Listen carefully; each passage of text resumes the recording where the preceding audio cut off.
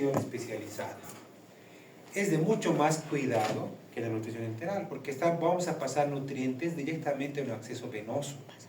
Entonces el cuidado de la sonda, el cuidado de cómo vamos a aplicar, es como un acto quirúrgico. La misma preparación de los alimentos se hace en una campana, por ejemplo, una campana de flujo laminar. Si no tengo campana, tengo que entrar al quirófano para preparar los alimentos.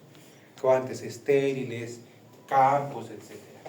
En otros países, como por ejemplo Chile, Argentina, Brasil, hay empresas que se ocupan de preparar. O sea, yo digo, tengo un paciente con tal patología, tanto peso, tanta talla, quiero tanta cantidad de calorías, tanto de proteínas, grasas, y bien, me lo preparo. Específico para el paciente adulto y fíjense para un paciente neonatal. Pero eso lamentablemente en nuestro medio no tenemos. Cada hospital, cada centro debería tener una norma, un protocolo de manejo de nutrición parenteral. ¿Listo? La nutrición parenteral es una intervención médica. ¿Listo? Que usamos cuando no podemos mantener o no podemos ofrecer una adecuada nutrición oral o enteral. Puede ser muy utilizado en prematuridad, pacientes postquirúrgicos, sepsis severa y falla intestinal. ¿Listo?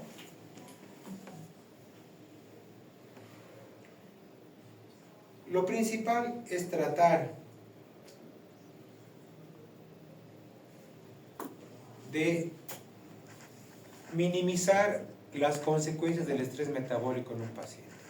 Cuando un paciente no puede consumir alimentos, está con una patología severa, una sepsis, un paciente postquirúrgico, un paciente que está en terapia intensiva, mientras más tiempo lo tengamos en ayuno, más se va a desnutrir y más catabolismo va a tener de fuentes endógenas. Lo que les había mencionado en la parte de desnutrición, lo que se llama la autofagia. Va a empezar a utilizar sus propios nutrientes, proteínas, grasas, carbohidratos. Entonces, vamos a aumentar mucho el catabolismo. Entonces, para evitar eso,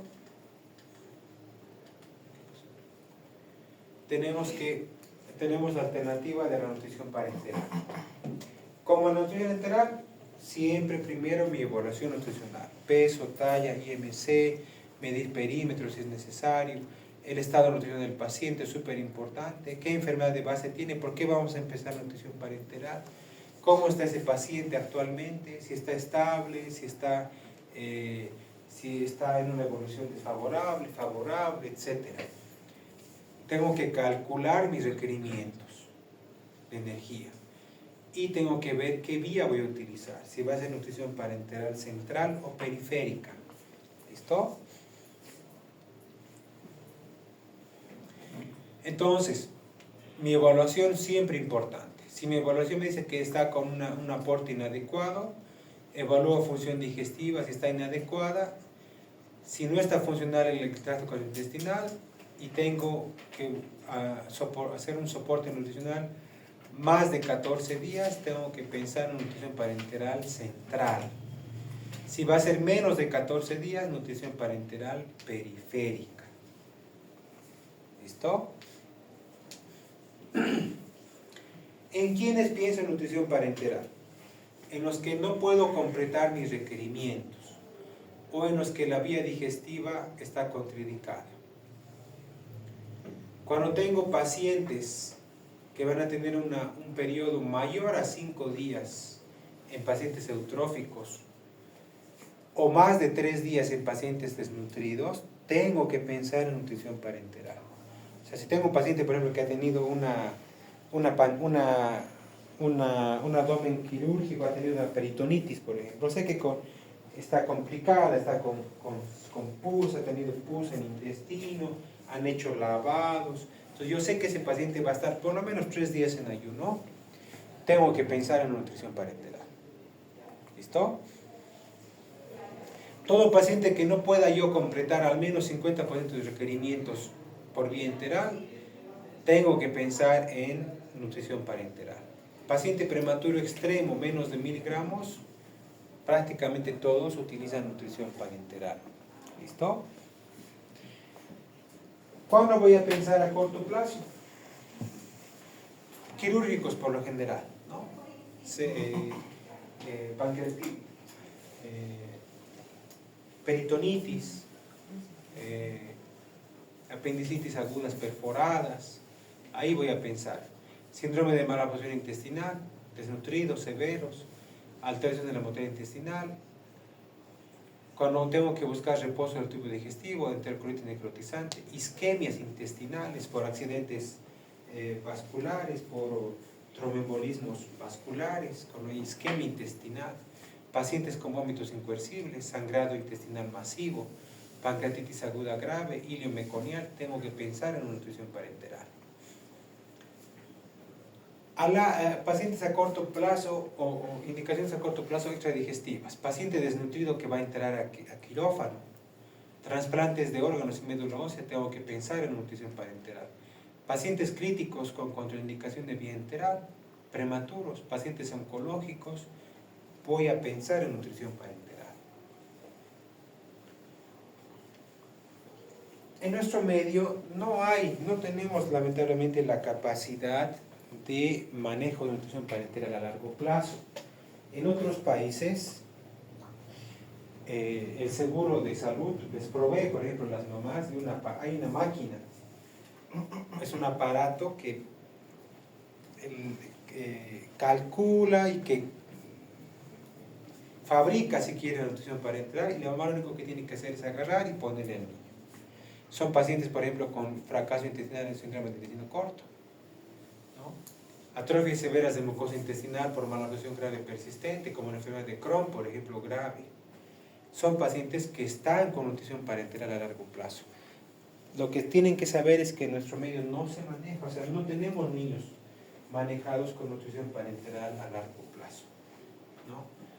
A corto plazo sí, pero a largo plazo no tenemos la capacidad como sistema de salud para manejar este tipo de pacientes.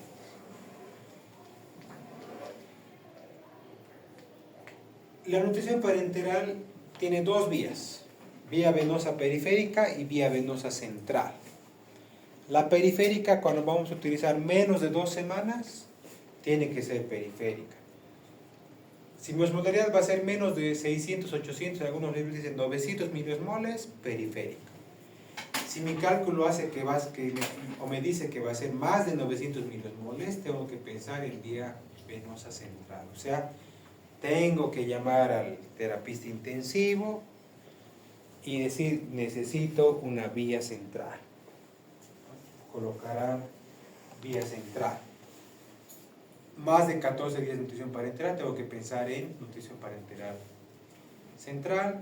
Cuando tengo cálculos de osmolaridad más de 1500 miliosmoles, tiene que ser un catéter central, como dice acá, de uso exclusivo para nutrición parenteral.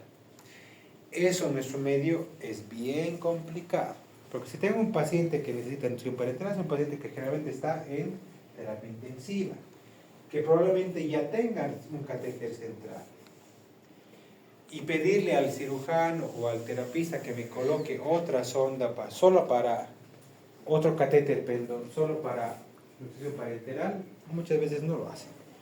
¿Qué hacen? Cambian la sonda por una de 2 o 3 lúmenes, o el catéter por 2 o 3 lúmenes. Lo importante es que sea exclusivo para nutrición parenteral.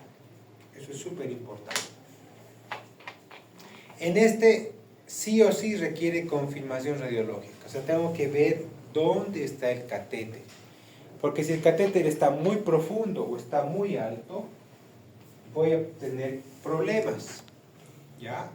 Por eso es que tienen que tener, todos los hospitales tienen su protocolo de manejo de nutrición parenteral, ¿listo? Cuando el catéter está muy alto, puedo producir una vasculitis. Si está muy adentro, está muy cerca del corazón, voy a producir problemas cardíacos. Entonces, tiene que estar en un nivel adecuado. La nutrición parenteral tiene que tener una fuente de aminoácidos, tiene que tener azúcares, tiene que tener lípidos, tiene que tener electrolitos, minerales, vitaminas y, lo más importante, agua. Tengo que calcular requerimientos, súper importante. ¿Listo? Entonces, la nutrición parenteral total es aquella que tiene como fuente exclusiva de nutrientes a la nutrición parenteral. La parcial es la que usamos complementando la nutrición enteral, ¿ya? Muchos de los colegas, y van a escuchar seguramente en sus clases tal vez de teoría, o cuando vayan a hacer su internado o hacen sus prácticas, hablamos de nutrición parenteral parcial cuando no usamos todos los nutrientes, o sea, cuando, por ejemplo, no usamos grasas. Cuando no usamos grasas, solo aminoácidos, glucosa y lo demás, dice nutrición parenteral parcial. Es una forma de clasificación, pero esa sería nutrición parenteral modular, porque la modular usa solo algunos componentes de nutrición como complemento. Esa sería nutrición parenteral modular. Pero, como les vuelvo a decir, algunos colegas, algunos docentes les van a decir que parcial es cuando se utiliza alguno de los nutrientes, no todos. ¿Listo?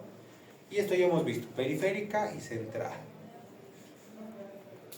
Importante, no se olvide, nutrición parenteral periférica cuando voy a usar menos de 14 días y mi osmolaridad va a ser menos de 900 miliosmoles. Nutrición parenteral central cuando voy a usar más de 14 días y mi osmolaridad va a ser más de 900 miliosmoles. ¿Listo? Ahora, ¿cómo calculo?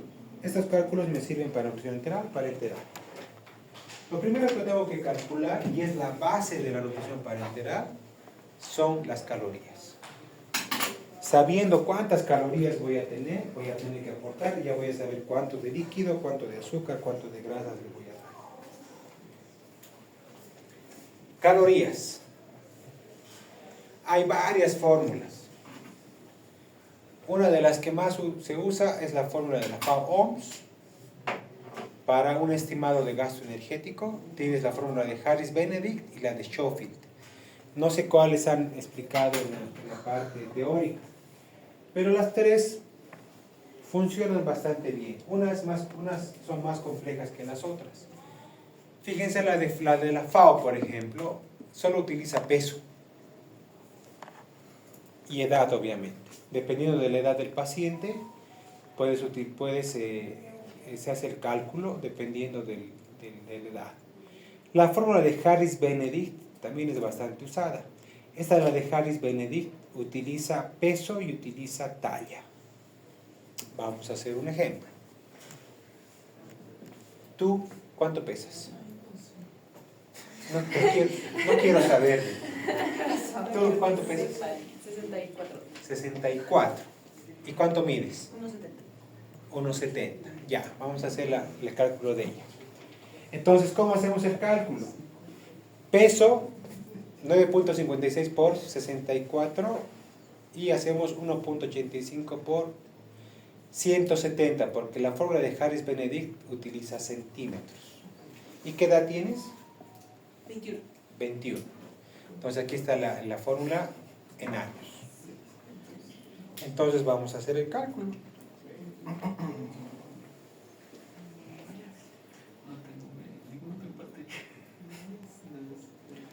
A ver, calculen 655.1 más, abrimos paréntesis, 9.56 por 64, cerramos paréntesis, más 1.85 por 170, menos, fíjense, 4.68 por 21.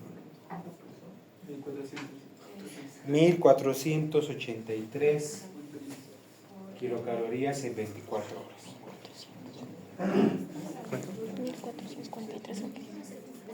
1453. Es la fórmula de Harris-Benedict. ¿Listo? Esto nos ayuda a calcular metabolismo basal. O sea, cuánto necesitamos para respirar, para que mi corazón funcione bien, etc. ¿Listo? Ahora vamos a aplicar la otra fórmula, que es la fórmula de Schofield. Dice mayores de 18 años, mujeres. Esta dice, abrimos paréntesis, 13.623 por peso, que es 64, más 283 por la talla, pero aquí la talla es en metros, o sea, 283 por 1.7, más 98.2, me sale 1451. Fíjense cómo se parece el cálculo. 1440, el otro era 1483 y este es 1451. Esto es para gasto metabólico en reposo. ¿Listo?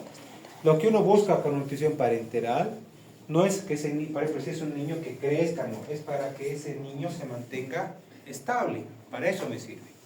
La diferencia entre la de Benedict y la de Schofield es que la de Benedict me va a utilizar talla en centímetros y la de Schofield la talla en metros.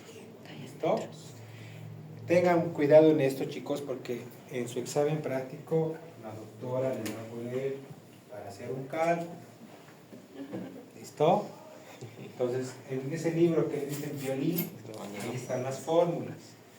Y ahí está todo detalladito cómo haces para los cálculos. ¿Listo? Tengan cuidado, por favor, porque en el anterior semestre muchos de sus compañeros se han equivocado en esto del metro y del centímetro. Y han calculado mal. ¿Listo?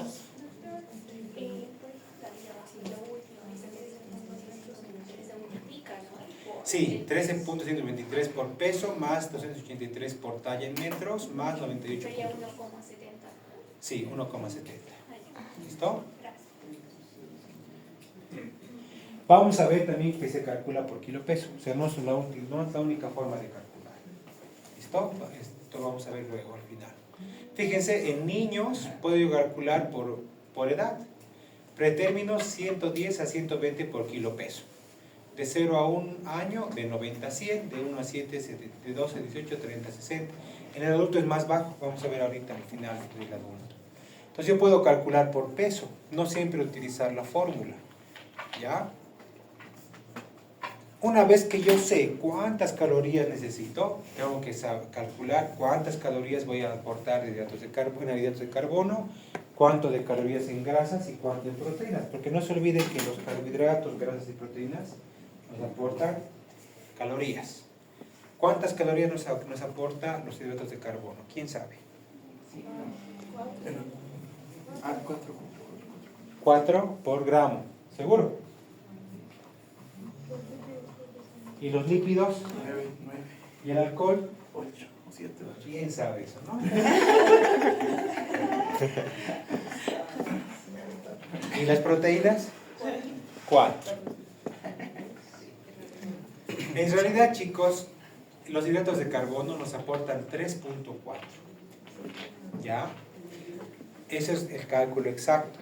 Pero la mayoría de los cálculos de alimentación parenteral en general, por facilitar el cálculo, lo redondea a 4. Por eso ustedes saben que es 4, pero tienen que tener en su cabeza ahora que no, que es 3.4. ¿Listo? Los hidratos de carbono son la base de la formulación. O sea, lo primero que tengo que calcular es cuántas calorías estoy dando en hidratos de carbono. ¿Listo? Y ahí voy a tener que aprender a hacer el cálculo de velocidad de infusión, que lo van a usar todo su internado, y cuando hagan su residencia también van a tener que calcular lo que se llama velocidad de infusión o flujo de glucosa también se llama. ¿Ya? Ese flujo de glucosa hay que manejarlo, hay que saberlo manejar, porque con eso vamos a evitar que tengamos hipoglucemias o hiperglucemias. ¿Listo? Dependiendo de la edad, pero generalmente uno busca un flujo de glucosa de 5 a 8 miligramos kilogramo minuto. ¿Listo? Siempre cuando yo tengo una nutrición parenteral, tengo que tener cálculo. Ese paciente tiene que estar todos los días, hay que medir glucemia. Todos los días. ¿Listo? Cuando estoy en una vía parenteral, en una vía venosa periférica, no puedo pasar de 12.5%. O sea, tenemos destrozas al 5, al 10, al 20, al 30 y al 50. Por lo general, cuando voy a utilizar una vía periférica, es mejor usar una destroza al 5 o al 10, para no pasarme de este 12.5, porque no puedo exceder de 900 miliosmoles. ¿Listo? Y fíjense que el 30% de mis calorías tienen que ser más o menos de hidratos de carbono. ¿Listo? Si me paso de 50 voy a producir una estetosis hepática. Hay que tener mucho cuidado con eso. Entonces, para calcular mis calorías, ya les dije que es 3.4, pero cuando hagan el cálculo, calcúlenlo como 4, pero sepan que es 3.4. Y cada gramo de glucosa tiene más o menos 50 a 55 miliosmoles. Eso me sirve para calcular mi osmolaridad. ¿Listo? Entonces, glucosa, principal fuente de energía. Osmolaridad, 55 por gramo de glucosa por decilitro. Tengo que conocer mi ritmo de infusión. Eso les voy a explicar en este momento. A ver. Tengo un niño de 12 kilos. ¿Ya? 12 kilos. Lo que tengo que saber, tiene 12 kilos, más o menos va a tener unos 2 años. Aquí está 10 a 12 kilos, 10 a 15 kilos. El primer día puedo darle 6 gramos kilogramo día de glucosa por kilo peso. ¿No ve? 6. Si tiene 12 kilos, ¿cuántos gramos le tengo que dar? 6 por 12. ¿Cuánto es? 72. 72 gramos. ¿Listo? Eso estoy calculando para 24 horas. 72 gramos. Si le tengo que dar 72 gramos, ¿cuántos ml de dextrosa al 10% le voy a dar?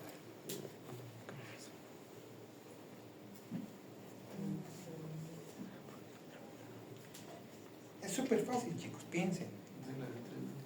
Es regla de 3. Pero lo que tienen que saber es, si estoy hablando de dextrosa al 10%, ¿cuántos gramos va a tener en 100 ml? 10. Muy bien. Entonces tengo que darle 72. 720 ml. Muy bien. Entonces, 720 ml de dextrosa al 10%. ¿Listo? Aquí la clave es calcular esto. ¿Listo? ¿Cómo hago mi cálculo? Tengo que darle 72 gramos. ¿Eso en miligramos cuánto es?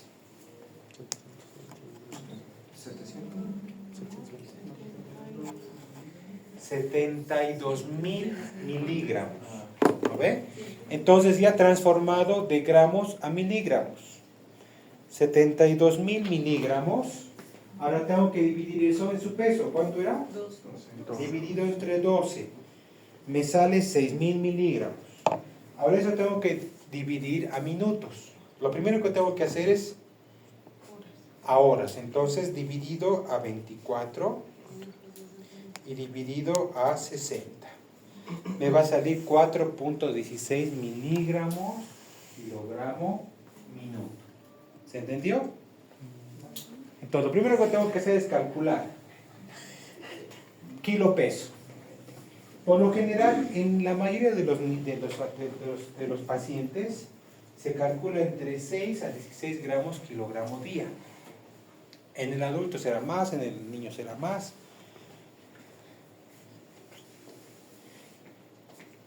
No se olviden, transformo de gramos a miligramos. Divido entre su peso, divido entre 24 y divido entre 60.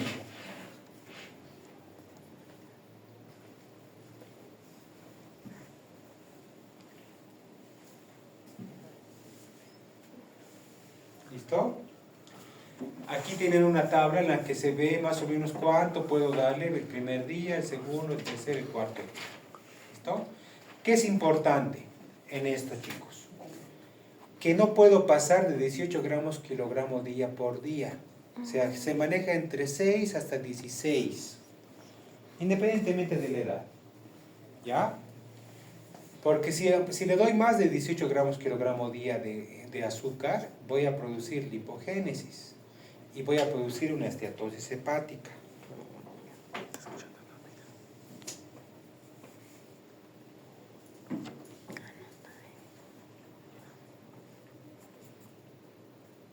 ¿Listo?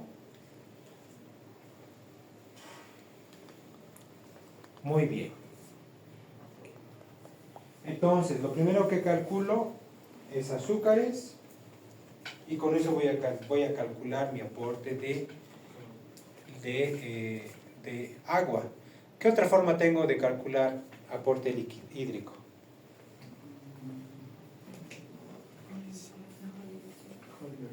Holiday Segar. ¿Y qué dice Holiday Segar? Por los primeros 10 kilos, 100. Por los segundos 10 kilos, 50. Y por el restante, 20. En este chico de 12 kilos, ¿cuánto sería entonces? 1100 ml en 24 horas. En azúcares ya tengo 720. Luego voy a tener que aportarle grasas, aportarle proteínas y voy a llegar a lo mismo. ¿Listo? Entonces, glucosa. Recomendación, no más de 18 gramos. Proteínas. Las proteínas hemos dicho que nos dan 4.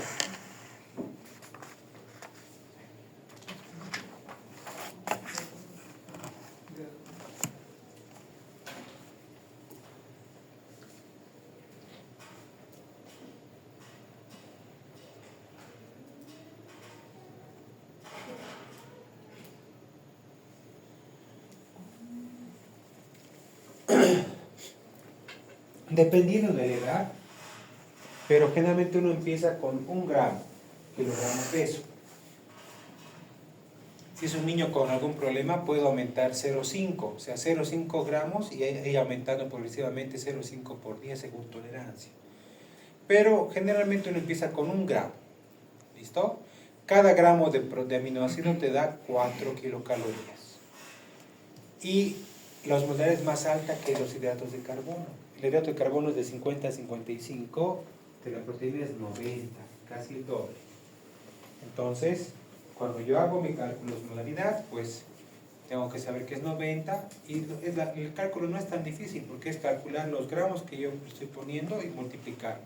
72 por 55 y en este paciente de 12 kilos, ¿cuánto se le voy a dar? 1 gramo van a ser 12 gramos. ¿Lo ve? 12 gramos de proteínas.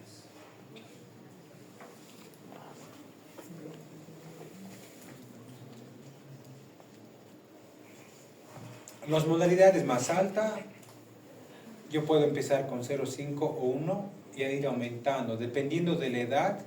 Fíjense, en el prematuro puedo llegar hasta 4 gramos, en el término 3, en el lactante 2,5, en los adolescentes hasta 2 gramos. Y el adulto con 1 gramo, suficiente, porque a veces no puedes aportar más.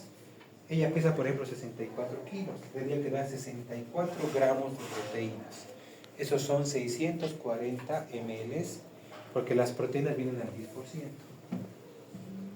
640. Si aplicamos la fórmula de Holiday Segar en ella, nos va a salir más o menos como casi 2.500, 2.800 ml. Entonces, pero si tengo un paciente, por ejemplo, renal, que estoy restringiendo líquidos, todo eso tengo que saber calcular y evaluar para hacer mi aporte. ¿Listo? Ahorita vamos a ver en adultos. Lípidos. Las grasas, ¿cuánto nos aportan? 9. Pero en la nutrición parenteral nos aporta 11 kilocalorías. Es algo bien importante. Les pueden preguntar en el examen. Cuando es nutrición parenteral es 11 kilocalorías por gramo de lípido. ¿Por qué? Porque como utilizamos triglicéridos de cadena media, no usan energía para metabolizarse. Entonces, por eso se calcula como 11. ¿Ya? Los lípidos, muchos no manejan. O sea, cuando uno piensa en nutrición parenteral, siempre trata de hacer nutrición parenteral modular y no poner lípidos. Porque los lípidos nos traen problemas. Si no calculamos bien, O si la infusión no es adecuada, podemos producir émbolos grasos, por ejemplo. Podemos emulsificar la preparación. O sea, tiene varias cosas que a muchos no les gusta.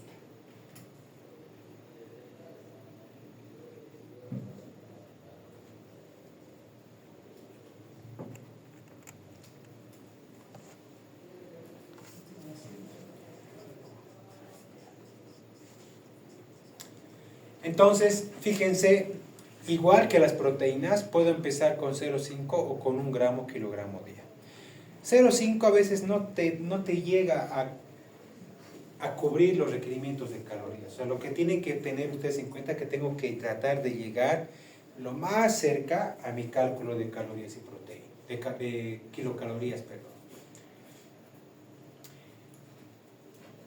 Igual que las grasas, igual que los azúcares, los lípidos tienen velocidad de infusión. No se utilizan mucho, pero les voy a mostrar que es igual que el flujo de glucosa. ¿Ya? No puedo exceder del 60% de calorías de lípidos o más de 3 gramos. Es mejor no usar. ¿Listo? No se olviden, 11 kilocalorías por gramo de lípido en nutrición parenteral. Si es nutrición enteral, es 9. ¿Listo? Lo bueno del lípido es que tiene una alta densidad, o sea, tiene una alta cantidad de calorías y tiene baja osmolaridad. Fíjense, su osmolaridad es 38. Es menos que el azúcar y menos que la proteína. Igual deberías calcular velocidad de infusión, pero aquí no es en minutos, en hora. Gramos de lípidos dividido entre el peso, dividido entre 24. ¿Listo? Es súper importante evaluar y controlar la velocidad de infusión porque puedes producir un síndrome de sobrecarga lipídica, coagulopatías, hepatomegalia, hipertransaminasemia, hiperbilirrubinemia, síndrome de estrés respiratorio y trombocitopenia. Estas son las razones por las que no les da miedo utilizar lípidos, porque si se acuerdan de las grasas, y digo de los hidratos de carbono y proteínas, no hay estos efectos adversos. ¿Listo? ¿Qué es lo importante de los lípidos? Actualmente tenemos lípidos al 20% que tienen triglicéridos de cadena media.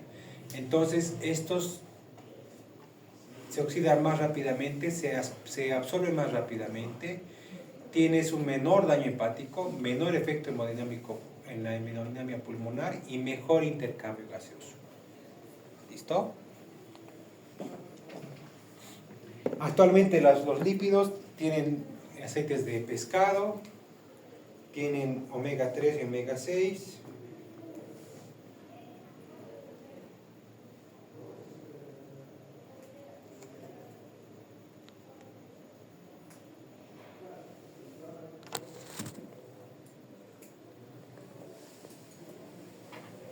y tienes lo que es importante, que son las vitaminas, especialmente las liposolubles.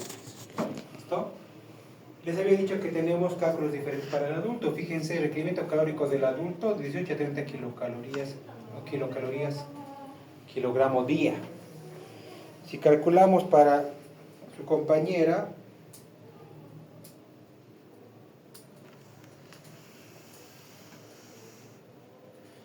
la mitad entre 18 y 30 sería ¿cuánto?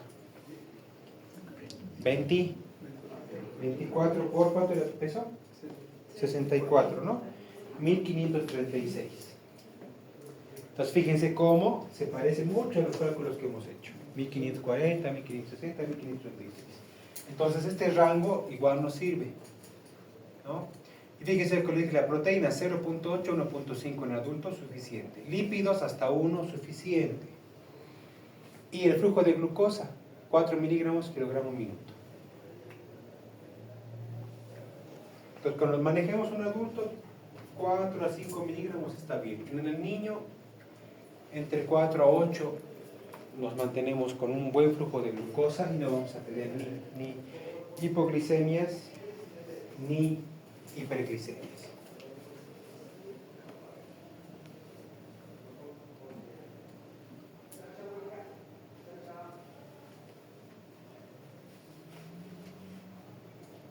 Hasta aquí, preguntas, dudas.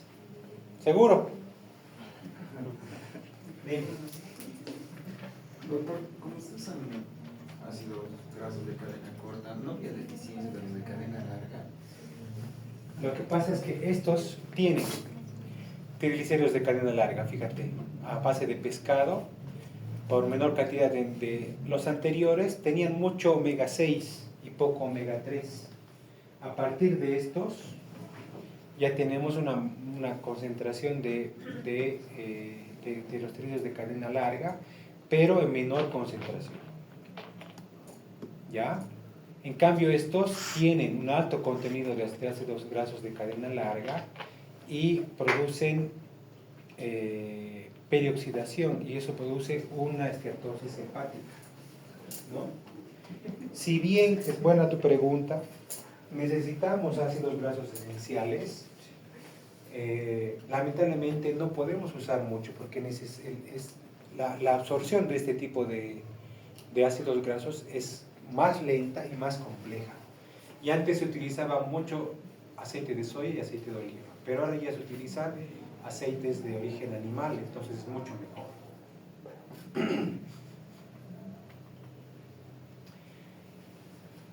Siempre hay que acordarse de los electrolitos, sodio, potasio, calcio, fósforo. Actualmente ya vienen, ya no necesitas calcular. Antes venían como cloruro de sodio, cloruro de potasio, bicarbonato, gluconato de calcio, venía como fosfato de potasio y tenías que calcular y todo, pero ahora generalmente ya vienen en ampollas, viene todo en uno. Si pensamos en vitaminas, viene Rivial, se llama Rivial.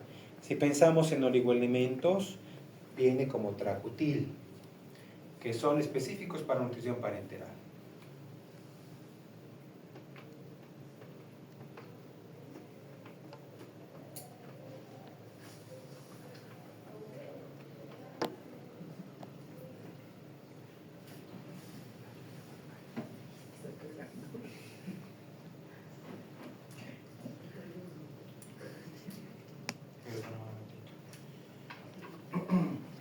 Un favor de ese paciente, no le quise todavía la parenteral porque tengo que calcular para mañana, ¿no?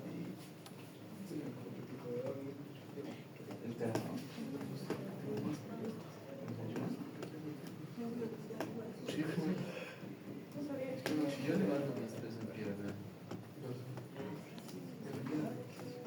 Genética también. La inserción muscular que puede ser. Ya. Entonces, fíjense, dependiendo de donde uno esté, en algunos países utilizan milimoles, en otros utilizan miliequivalentes. Nosotros por lo general utilizamos miliequivalentes. Entonces, estos son los requerimientos de miliequivalentes. 3 a 5 kilogramos día de sodio, de potasio 3 a 5, cloro según el tipo de elemento que tengamos, calcio, fósforo, magnesio. Entonces, por ejemplo, en nuestro medio, el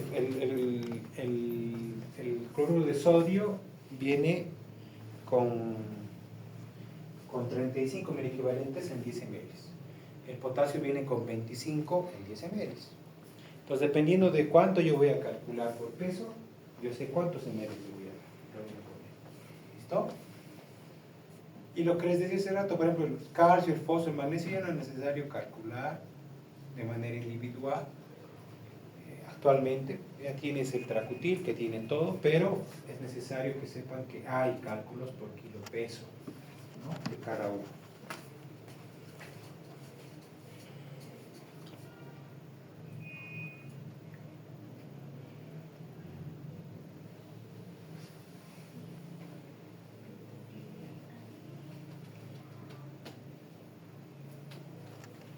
Las vitaminas es importante proteger de la luz solar por la fotodegradación, especialmente la vitamina A. Oligoelementos, ya les había mencionado hace rato, Tracutil es el que manejamos tanto en adultos y en niños. Complicaciones de la nutrición parenteral, infecciones. Las infecciones es lo primero que hay que cuidar, ¿ya? Dependiendo de la inserción del catéter,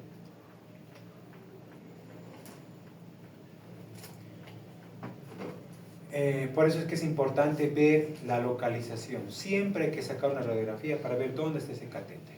¿Listo? Trombosis venosa central y tromboembolismo pulmonar, muy frecuente en nutriciones parenterales totales, cuando no respetamos el flujo de infusión de las grasas principalmente. ¿Listo? Nunca hay que usar la misma vía para medicación y para nutrición. Nunca. Siempre es exclusivo. Aunque no pueda yo colocar una vía exclusiva, por lo menos el lumen tiene que ser exclusivo. Alteraciones metabólicas, síndrome de la alimentación. Si tengo un paciente 14 días con nutrición parenteral, los enterocitos se han atrofiado, ha disminuido la secreción de enzimas, no hay desacaridasas, no hay enzimas pancreáticas, la cantidad de bilis disminuye. Entonces yo le retiro la parenteral y inmediatamente le doy alimentación, ese paciente va a aparecer con síndrome de realimentación, vómitos, náuseas, flatulencias abdominales. ¿Por qué? Porque ese intestino no está preparado para recibir alimentos de manera inmediata. Hay que preparar ese intestino nuevamente. ¿Listo? Complicaciones de hepatofilía, la colestasia. Si me paso de 18 gramos de hidratos de carbono, si mi aporte de energía es más de 60% dependiente de dextrosa o glucosa, voy a producir colestasia. Hay que tener cuidado en esa parte. Y la colestasia, tengo que bajar mi cantidad de hidratos de carbono. Es súper importante. Las modalidades, si bien puedo calcular, como hemos visto, que las proteínas me dan 90-100, la glucosa 50-55, las grasas 38 milimoles, hay fórmulas para calcular. Yo manejo más la segunda porque es más sencilla que la primera. Aminoácidos, la cantidad de gramos por 8, glucosa por 7, sodio por 2, fósforo por 0,2, menos 50. Usamos gramos litro de glucosa y aminoácidos, y miligramos litro para los fósforos y miliequivalentes para el sodio, que son los que más nos influencian en las modalidades de la alimentación parenteral. ¿Listo? Esto es algo que también tienen que saberlo. Por cada gramo de proteína tiene que haber una cantidad de calorías. Si yo me paso o es menos, voy a producir estrés metabólico. Fíjense, aquí están las relaciones. O sea, por cada gramo tiene que haber, idealmente, lo ideal es que esté entre 100 a 200, dependiendo de cómo yo logre calcular.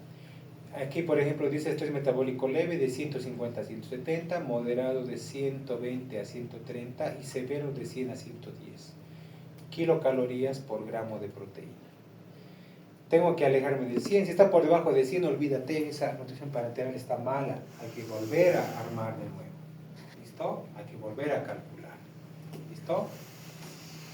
Y esta es la fórmula. Calorías no proteicas, que serían de hidratos de carbono y lípidos, dividido entre el total de proteínas, dividido entre 6,25 o 0,17 por proteínas. Este 6,25 y este 0,17 son una constante para el cálculo. Vamos a calcular para este paciente de 12 kilos. Habíamos hablado de 72 gramos de hidratos de carbono y 12 gramos de lípidos. ¿No ven? Entonces, 72 por, ¿cuánto nos da un gramo de hidratos de carbono y calorías? 4. 72 por 4 son 288 kilocalorías. Y 12 gramos de lípidos, que nos va a dar cada gramo 11 calorías. Sería 132, ¿no ve? Entonces, 132 más 288 son 420 calorías no proteicas. O sea, aquí no tomamos en cuenta las calorías de las proteínas. Dividido entre el total de proteínas, hemos dicho 1 gramo por kilo peso. Entonces serían 12 dividido entre 6,25. Entonces, dividido 12 dividido entre 6,25 me va a dar 218,75. Volvamos aquí. Leve. De 150 a 170. Si me paso de 200 no tengo problema, ¿ya? Tengo 218. Pero yo yo puedo hacer, por ejemplo, aquí puedo aumentar la cantidad de proteínas para que esto baje. En vez de poner a 1 gramo, puedo poner 1.5. Pero con 218 estoy tranquilo. Lo importante es que no se acerque tanto al 100. ¿Listo? Y el otro cálculo es el P por ciento. Esto es súper importante también. El P por ciento tiene que estar entre 10 a 20%. ¿Qué es el P por ciento? Es el porcentaje de calorías que aportan las proteínas. Y aquí es una regla de 3 simple. Total de calorías por 100 dividido en calorías en proteicas es X. Entonces, teníamos 420 calorías no proteicas. Y las proteicas son 12 por 4, serían 48. Entonces el total sería 468 calorías. ¿No ven? Es el 100%. Entonces es 48 por 100 dividido entre 468.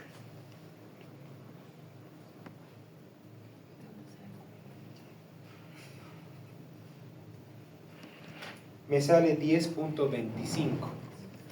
Estoy dentro del límite, pero puedo aumentar mi cantidad de proteínas. Si aumento mi cantidad de proteínas, voy a mejorar mi P por ciento y voy a bajar esta relación y voy a estar con una relación leve y con un buen aporte de proteínas. No se olviden, el P por ciento de 10 a 20, no puede pasar de 20, no puede pasar de 20%. ¿Listo?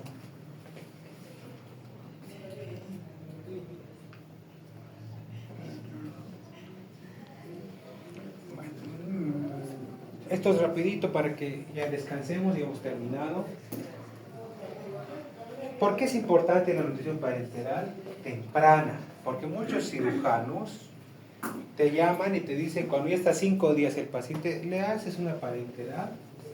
Cuando lo ves al paciente ya está pues demasiado, ya está con estrés metabólico, séptico, etc. Entonces, hay varios, este es un estudio bien interesante que está publicado en The Journal of Medicine del año 2016, que es la nutrición parenteral temprana versus la tardía en niños críticamente enfermos, o sea, niños que están en terapia intensiva, a punto de morir, etc. Fíjense cómo hay niños con nutrición enteral, con nutrición parenteral y con total. Fíjense, los rojos son los que han empezado tarde la nutrición parenteral y los azules los que han empezado temprano. Y fíjense cómo este es el aporte de energía. Fíjense, en el enteral no llegas a aportes adecuados. En cambio, en los que empiezas con nutrición parenteral temprana, ya desde el primer día llegas con buenos aportes. ¿Se fijan? ¿Y eso qué hace? Que disminuye el estrés metabólico. Aquí es la proporción acumulada de alta, si quieren. Fíjense, los pacientes con nutrición parenteral temprana se van más rápido, o sea, salen más rápido de la terapia intensiva, se quedan menos tiempo y se mueren menos. Los chicos con nutrición parenteral tardía se mueren más.